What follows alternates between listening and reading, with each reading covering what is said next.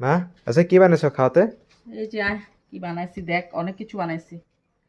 কাঁচা লঙ্কা একটা নে। আর তুই সে খাবি না তো না? মাছ ভাজা খাবি? হ্যাঁ। উস্তা ভাজি করছি উস্তা ভাজা। এসে দিয়ে যে পেঁয়াজ দিছিলাম, যে পেঁয়াজ রয়ে গেছে।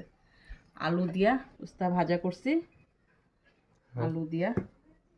আর তুই তো মাছ ভাজা খাবি, হ্যাঁ। এই যে ভাজা রাখছি তোর লিগে, এক পিস খেয়া লইস। আর মাছের তেল বানাইছি।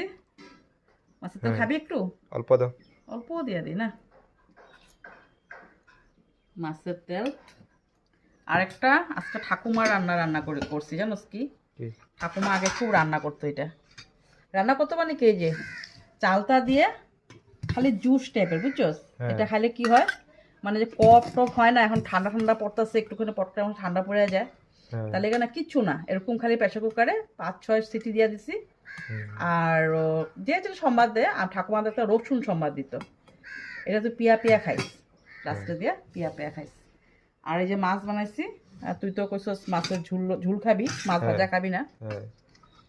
এই যে আলু দিয়া, ফুলকপি দিয়া মাছের ঝোল, ধনিয়া পাতা, একদম গরম গরম রান্না, এখন নামাইছি। তুই আইসছে অফিসের থেকে, আমার রান্নাও কমপ্লিট হয়েছে। হুম। ঠিক আছে, একদম পাতলা ঝোল, ঠিক বেশি আছে। একদম ইয়ে করিনি। না খা, খা আজকে এটাই দুপুরে রান্না, আইটেম এটাই আজকে।